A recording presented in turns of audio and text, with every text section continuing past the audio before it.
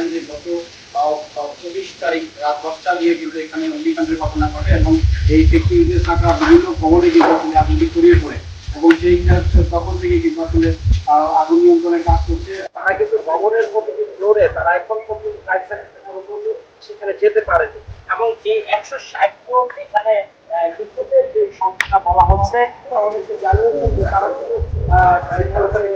উদ্ধার অভিযানের কাজ করছে। শ্রমিক ছিল শ্রমিক নাই, শ্রমিক থাকো কেমনে, বন্ধ ছিল তো। বন্ধ ছিল হ্যাঁ, বন্ধ ছিল। আপনি একটু কত কারখানা ছিল বন্ধ না মানে যারা এই যে এই ভিতরে আটকা পড়ছিল এরা কি শ্রমিক নাকি শ্রমিক না না শ্রমিক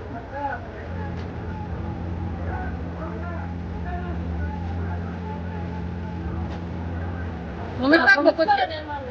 এরা কি করতে গেছিল আরে মাছ না যারা মাল সামনে লুটপাট করতে যায় তো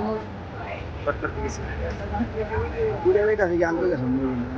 ফুটছিল পুরলো কারা আগুনটা ওই ওটা কেন লাগাই সাল কিন্তু কেউ করতে পারে না যখন আগুনটা লাগাইছে মানে মানুষ ভিতরে কাছে আজকে দুয়া সব মারা গেছে এই এলাকায় মানুষ অনুমানে হাজার উপরে এত মানুষ দুয়া তো উঠছে দুয়া মনে হয় মানুষ 2 মিনিট টিকতে না মনে করে মানুষ আগুনের সব বিভিন্ন ঘুরে আছে মানুষের যারা দেখতে আইসে তো বলছি বিকালে ঝগড়া